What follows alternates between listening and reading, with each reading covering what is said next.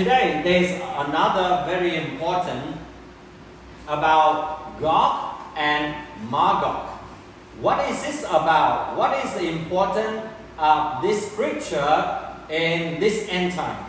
And who are the Gog and the Magog, as the book of Ezekiel chapter 38 revealed to every one of us? And what are the significance, or maybe we can also see that the signs of this prophecy, when is it going to be fulfilled, or how close is this? And you can see this coalition. Is this formed? When is this going to be formed? And when are they going to attack Israel? So this is the prophecy that have been spoken for more than 2,000 years. Actually, during the time of Daniel, it was the 6th century BC. So we have seen the prophecy already spoken for more than 2,500 years. And today, you and I begin to see it nearly come to pass. And the reason why that we are saying so, and you can see that on June 22nd, 2025, when the US surprisingly and quickly bombed Iran nuclear facility. And then recently, you and I begin to see that Syria also declared to attack Israel. Now, pay attention to the nation, Iran, and then Iran, and then Israel. And then we also heard another country is Turkey. And Turkey have been also been a close cooperation with Iran and Russia. And now we also hear a lot of war between Russia and Ukraine. And all of these things begin to reveal something very significant. But at the same time, President Trump, in his first term, he also established what we call the Abraham Accords in the Middle East, including the country like UAE, Bahrain, Morocco, and today even Egypt and other countries as well. So, does this event spoken in the Bible? Or what does it tell us according to the biblical prophecy? And that is exactly what you and I are going to read today and to study and to explore together. And let us open together in the book of Ezekiel chapter 38. But let me also give you a quick background about the book of Ezekiel, or about the prophet Ezekiel. He was the prophet among the Jewish exiles in Babylon. And today is modern day Iraq. And his ministry spanned from 539 BC to 571 BC, before the fall of Jerusalem in 586 BC. So we see that he lived and ministered around the 6th century BC. And here in the book of Ezekiel is very complicated. And it's also a lot of prophecies as well. But basically, as we read, we know that Ezekiel prophesied about God's judgment on Israel and Judah. And it's happened. And after that, we know with the destruction of Jerusalem, that was also the prophecy had been spoken through Ezekiel as well. And then Ezekiel also talked about the restoration and hope for Israel in the end time through the story of the dry bone in Ezekiel chapter 37. And then today we are going to talk about Gog and Magog coalition in the book of Ezekiel chapter 38. Ezekiel also prophesied about the rebuilding of the temple and the future temple worship from chapter 40 to 48. And we already learned about that side, or that prophecy about the rebuilding of the third temple. And especially, Ezekiel also prophesied the division of the land among the 12 tribes. It also talked about the return of the lost tribe. And today we know that we still have about 10 or at least about 9.5 lost tribes have not coming back. So if the temple been rebuilt and then the land was once again being divided among the 12 tribes. So in other words, he is speaking about the return of all of the lost tribes coming back to Jerusalem one day in the near future. Now let us read together in the book of Ezekiel chapter 38, and with the topic that we are talking about, Gog and Magog coalition. Verse 8, 38 verse 1 said, "The word of the Lord came to me, Son of man, set your face against Gog, the land of Magog, the chief prince, Meshach and Tubal, prophesy against him, and say, this is what the sovereign Lord said, I'm against you, Gog, chief prince of Meshach and Tubal. I will turn you around, put hooks in your jaws, and bring you out with your whole army, your horses and your horsemen fully armed, and a great horde with large and small shield, all of them brandishing their swords.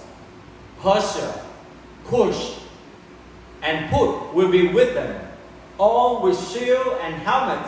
Also Gomer with all troop, and Beth Togarmah from the far north, and with all its troop, the many nations with you."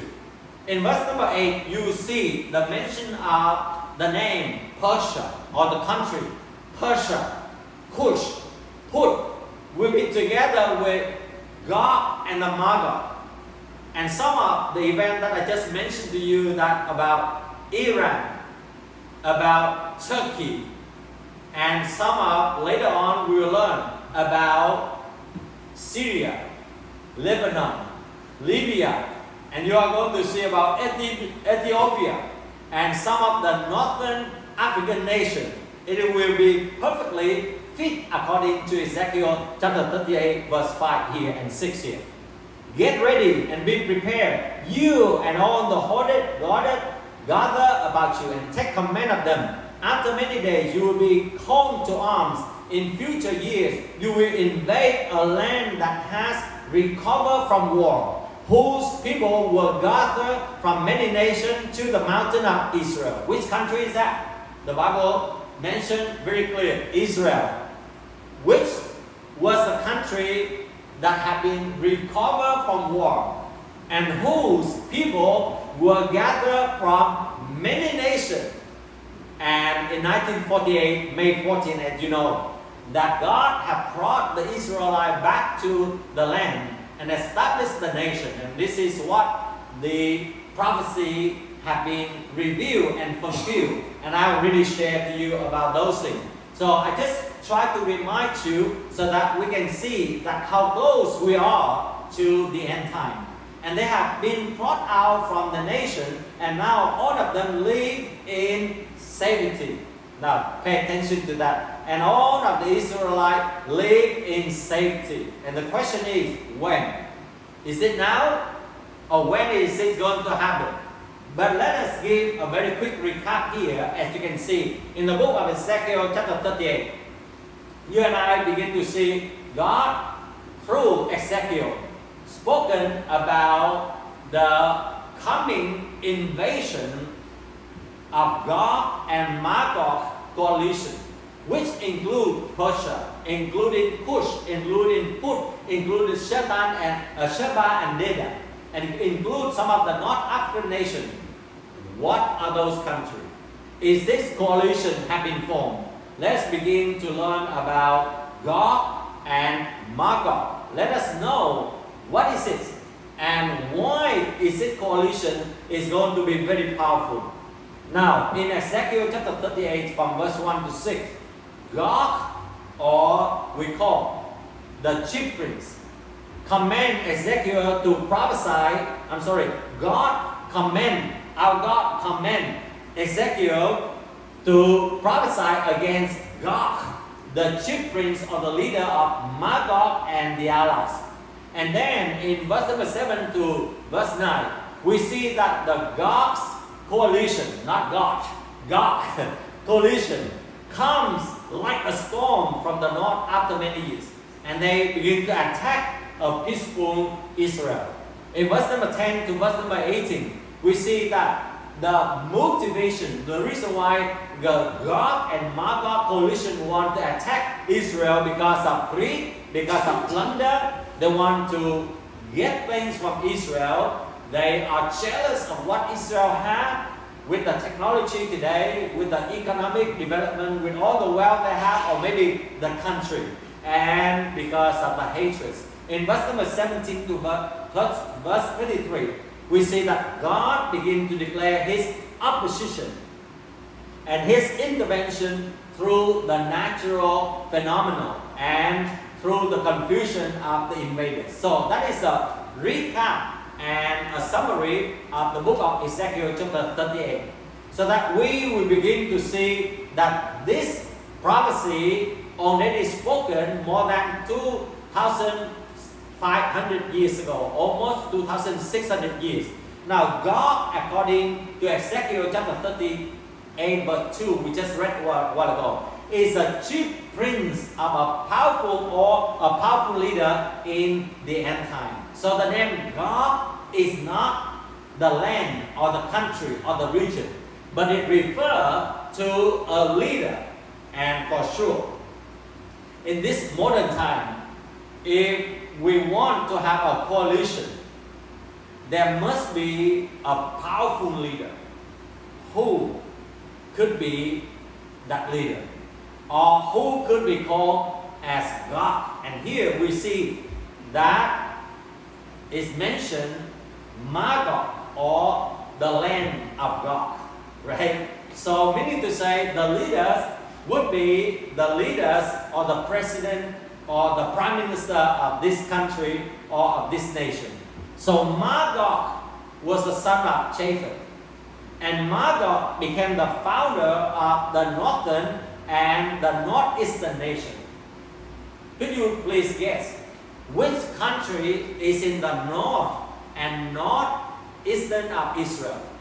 Russia. Yes, we know that it's Russia, or maybe also Ukraine, right? Of course, Russia, we know. Russia, it is the region of north of Israel, generally referred to as Russia, and some part of the Central Asia. And some of the study even include some part of China. And it is very interesting. If we also include China, and you can also begin to imagine this could be Russia or China who could lead this coalition. And many of the explanations today even begin to point to the role of China in Magog as well. It's a coalition between this nation in Russia, Central Asia. And Josephus identified Magog with the Scythians, nomadic people of southern Russia. And for those like our brother Arthur, they will understand better about these people in the Western Europe over there, or even Eastern Europe. But we can see that these are the people in the steep north of the Black Sea. And Russia also lies to the north and northeast of Israel. So we hear another name according to Ezekiel chapter 38, we just read a while ago, Meshach and Tubal. Now Meshach and Tubal are a word, the descendant of Japheth also. So Meshach was the ancient Mushki people, or we call Mushki tribe, who lived in Asia Minor or Turkey today, in the modern central and eastern Turkey. And Tubal was a region in eastern Anatolia, also Turkey today. So now you begin to see some of these countries are closely related to Turkey. So why Turkey? And also Iran. Why is Iran? This will lead us to the next topic, is that the coalition, or we call the Gog and Magog coalition, which have been prophesied. What are the countries included in this coalition? And the reason why there was joining this coalition, or what is the purposes, or what are the purposes of this coalition? Now, Ezekiel chapter 38, verse 5, we just read a while ago. It includes Persia, Cush, and Put will be with them, and all with shield and helmets. And later, we also know that some part of Sheba and Dedan, or which is part of Yemen today, and Saudi Arabia today. But in the end time, the God will lead this coalition of nations to attack and plunder Israel. So very obviously, we know Iran is Persia, or we call Persia is Iran, modern Iran today. Cush was the descendant of Ham, and is now Sudan and part of the southern Ethiopia, and is also include Eritrea or ancient Kush in the south of Egypt. So we are going to see that this coalition also begin to include what? Sudan today, or we call Kush or Sudan today, and maybe some part of Ethiopia as well. And then Put was also the descendant of Ham. It is now Libya and part of North Africa. Do we see these countries are coming together to attack Israel? At least we know that Libya, Sudan always have the conflicts with Israel. For sure, Iran and Turkey have a lot of conflicts with Israel. And even recently, Syria also even want to have more conflicts with Israel as well. And then there's another name, it's called Gomer. And Gomer was also the descendant of Japheth and associated with people around the Black Sea or Anatolia, also part of Turkey. It also includes the Western Turkey and Eastern Europe. So if we talk about Eastern Europe, some other people even think not only Russia but also Ukraine or even Germany today. So Gomer is associated with Cimmerian.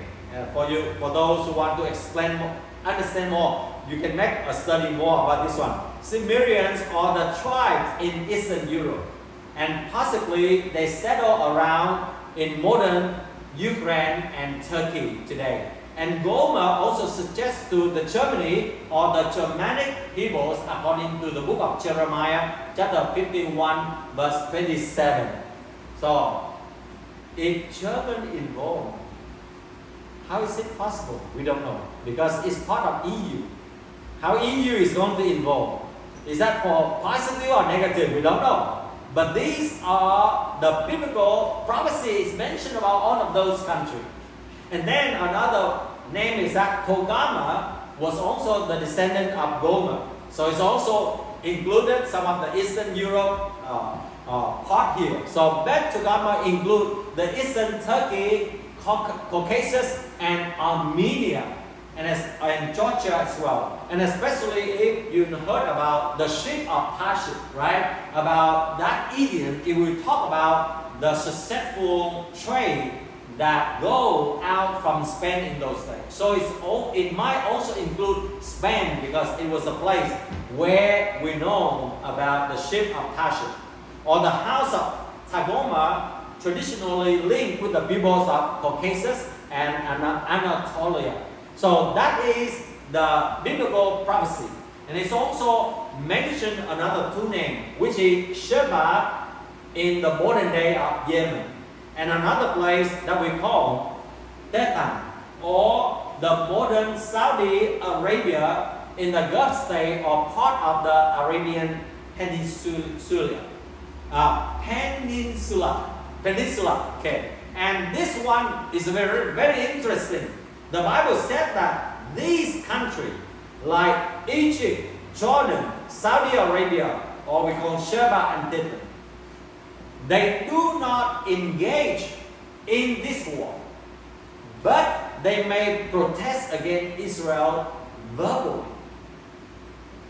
Does it ring the bell? It will lead us to what we call today is the Abraham Accord. And these countries like Egypt, Sheba or Dedan, or we call UAE, and we have other countries begin to be included in the Abraham Accord. They may not like Israel, but for peace sake, that they signed the peace treaty together. And today, in the Abraham Accord, we see that like UAE, Bahrain, Morocco, Sudan, and other countries already signed the peace treaty. And especially even Egypt is also made a historic peace partner since the Camp David Accord. So we see that the prophecy, biblical prophecy, has been fulfilled, and these things are already happening. The question is today, how is this coalition in the modern time? Does it happen yet? Is it really formed, or are they at the beginning stage? Let's begin to discover a little bit. Now we see Russia, Iran, Turkey. These are the countries that we just mentioned in the book, Ezekiel chapter 38, verse 2, verse 5 a while ago. It includes Russia, it includes Iran, it includes especially Turkey, have been the close ally in the recent years. Russia and Iran cooperate military, and they also build up military in Syria. We see that Russia, Iran, and Turkey also join hands concerning the Astana process for Syria. So we see that these countries, including in Sudan and Lebanon and all of these countries, Ethiopia, begin also to take a little bit move in order to join them. And Iran openly called for Israel destruction and funds even terror groups like Hezbollah and Hamas, which we have seen in the last few years. Turkey, under Erdogan, has become increasingly hostile toward Israel and supporting anti-Zionist rhetoric. And Russia has pulled its part neutral stand and support Israel enemies in Syria and Iran. All of these countries are mentioned in the book of Ezekiel that we just read a while ago. But now we are going to see that even Russia provides military technology to Iran. And Iran and Turkey support various militias across the Middle East like Syria, Iraq, and Lebanon.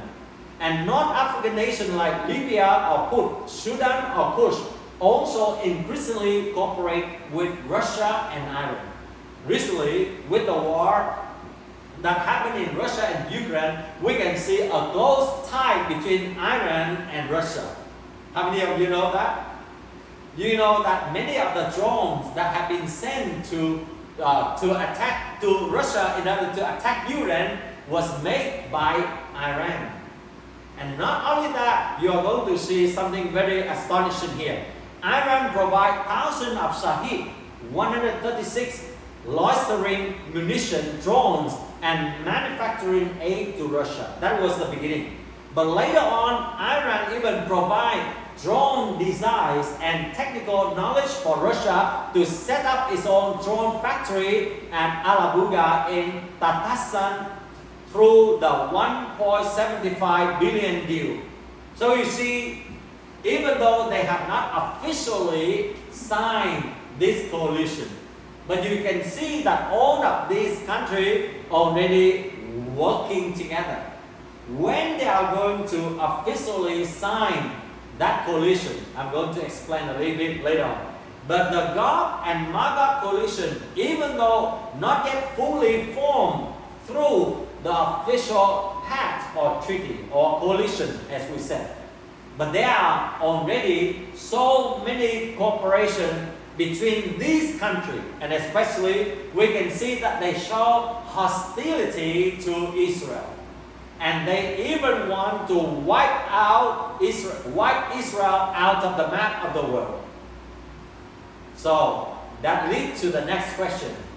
When will this coalition attack Israel? Or possibly, when are they going to form? No one knows exactly the time this coalition will attack Israel fully.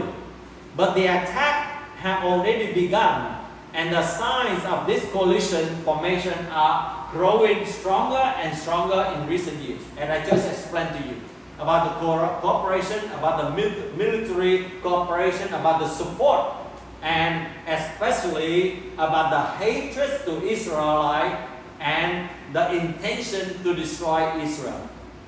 It could not be more obvious. In addition, the Bible also revealed that it is when the Israel dwell securely according to Ezekiel chapter 38 verse 8 we read a while ago. The question today, is Israel dwell securely? Not yet. We know that Israel is powerful right now. Since 1948, it's grown and become very powerful and strong in military through the IDF, Iron Dome, cyber capability. They also enjoy the regional peace treaty like Abraham Accords, and that is what we can see something about the biblical prophecy being fulfilled right now. You see that more and more countries begin to involve or join in the Abraham Accords. And this accord is to provide peace and stability for Israel. Even though right now it has not been completely peaceful yet. But more and more countries to get involved to protect Israel. So we could see that maybe it's very near. We don't know exactly as I said. But at least the Bible said that at the moment when Israel dwells securely, and this one will point to what we call a peace deal between this coalition together with the Abraham Accord pact. When is it going to happen? I don't know. But I can see it is not going to be very long, because all of these are leading to those coalition formation, but also leading to the pact or the peace treaty. It could be happen at any time. You see that some of the country, like we just see Afghanistan and recently with the peace deal, after so many decades, and suddenly President Trump just came and called the leader together and they signed the peace deal, right? After so many years. And things can happen just after weeks. And then another country that we can also know in Africa recently that have had war for so many years. And then President Trump also stepped in and began to do the mediation and negotiation. And then just a few weeks ago, maybe 1 month ago, if I'm not mistaken, in June, they also signed the peace treaty with one another. So in other words, this could be happen very fast, or it could take another few years, I don't know. But all of the setup, the preparation, the signs, the evidence have been revealed, as I just explained to you a while ago. And as the fourth and very important things that we should ask, will this coalition win over Israel? For sure. We just read the scripture a while ago.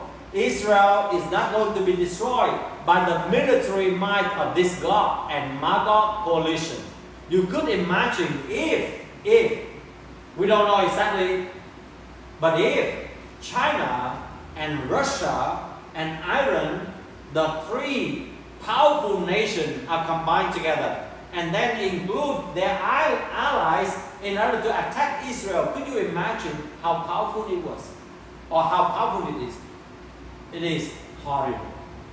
It is horrible. It's powerful. It's a large army will come in order to attack a very small country with a few millions people. But the Bible said Israel is not going to be destroyed by the military might of this Gog and Magog coalition. Why? Because Israel survived this attack as well to many attacks by the mighty hand of the Almighty God. It is always the divine intervention that saved Israel throughout its existence, and especially since the re-establishment of Israel as a nation in 1948. Ezekiel 39 begins to explain to us how horrible or terrifying it is for this war and why Israel won this coalition by the hands of God. Ezekiel chapter 39 from verse 1 to 8. God promised to defeat God and scatter his army. Then in verse 9 and 10 it will tell us that the weapons will be burned for 7 years. Could you imagine? It's going to be the ongoing war. Maybe it take place for 7 years. So the weapons continue to be used. And after that, it will be destroyed. And then from verse 11 to 16, the Bible said, the burial of the dead will last for 7 months. Could you imagine how many people will die? For 7 months. How many of us still remember about the COVID-19 2020? And at that time, that you can see that many funeral houses have a lot of corpses lined up. And many people have to wait for weeks before those corpses being buried properly. Because so many people died in COVID 2020. But now, you can see that COVID-19 only a few weeks, then people will at least will be cremated or burned or whatever, and then will be buried. But here, this war, after this war, it will take about 7 months in order to take care of all of the dead body. And even the bird and the beast of the white field can also join the feast on the fallen armies, on the dead body. And verse 29 to 21 to 29, we talk about the glory of God being revealed, and the nation will recognize God, and Israel will be revived. And here we are also going to see in the book of Ezekiel chapter 39, is not Israel power that can defeat this coalition, but how God can use different natural phenomena in order to destroy this coalition. How? God sends the massive earthquake in verse number 18 and 19. And at that time, you just could imagine that when the armies try to attack the Israel, and suddenly the earthquake happened, and then the earth will be divided, and all of the enemy being shunned into the home, right? Or it could be just like the wall of Jericho, that God could use an earthquake and destroy the city. How God used the earthquake to destroy the armies. Maybe at that time we just could imagine today that when we have the earthquake as 9.1, it just happened just a few weeks ago, and it's already caused a big tsunami. I could imagine on that day, during this coalition attack Israel, God can send about 12.1 earthquake, and immediately the earth was shaken and the armies were so afraid that they would run all over, right? It could be. God can do that. So first of all, God used, the Bible said, it's a massive earthquake. So if today we said that the big earthquake like 9.1 or 10, maybe the massive earthquake could be 15, right? The ratio could be 15 or even 20. And not only that, God can also use the confusion. God suddenly made the invader or the country to be confused. And then they turn to each other and they fight one another. You still remember? Many times this happened in the book of Judges. God can do that. He has the miracle, He has the power, and He knows how to protect Israel. And He just turned immediately the mind of the people. Now, recently I just read a very small story, but it's good also give a very powerful illustration here. Someone put about 100 red ants and 100 black ants in a box, and then just close the cap. Then, in a very normal situation, they don't fight with each other. But when someone begins to shake the box or the jar, shake the jar, and immediately the red ants and the black ant They fight with each other. They kill one another.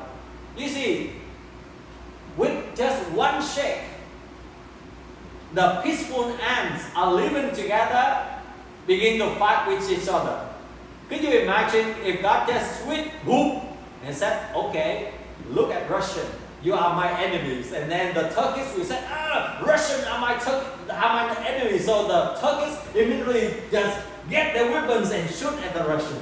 Or maybe the Russian have a switch. Or maybe Iran is going to deceive us. So we have to kill them, to destroy them, or else we will be killed in the war. We never know. But you see that how God can bring the confusion among this army, and then they just attack one another instead of attacking the Israel. God has many ways to protect His children. And God already proven that in the book, chapter 7, in 2 Chronicles chapter 20. On those stories, you can go back and read about this. Or God can also, in verse number 22, He is going to send a lot of plagues and disease, or we call the pandemics. When the coalition came to attack Israel, suddenly they feel very itchy and look one another. Oh, you have a chronic disease, so everybody just threw the weapons and they just run away. Or because of the diseases, you just remember about the plague in Egypt when God used Moses, and Pharaoh was so stubborn he didn't want to let the people of God to go out of Egypt. God just sent the plague, and at last, even Pharaoh must agree to let the people of God to go out. And in the same way, today, God can do that. Not only about the massive earthquake, about the confusion of the enemies, not only about the plague and the disease, but God also sent the torrential rain, the hailstone, the fire, and the burning sulfur. Oh my goodness.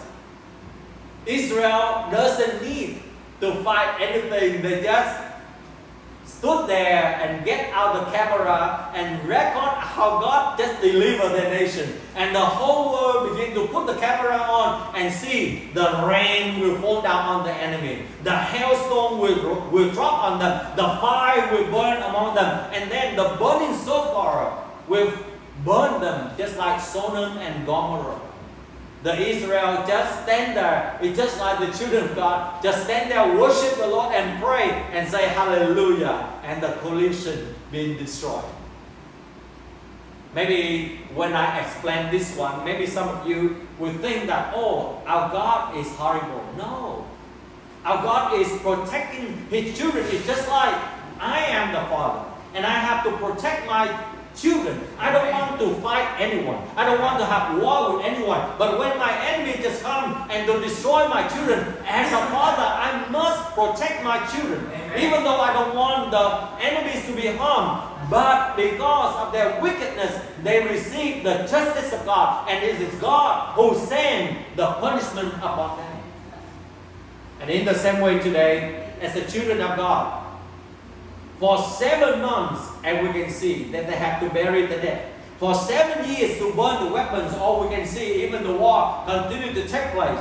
And the special team are assigned to mark and to dispose the bones and the body. It was horrible. But it will remind you and I that even in the midst of the most horrible thing, our God is still with us. Even though the hostility of the enemies are against God and His children, and it's continued to increase, but God's promise of protection will never fail. Even though the enemies are overwhelming and powerful, let us remember that our God's power is never been undermined, because God has promised to Israel, God has promised to His children that we are the apples of His eye. Amen.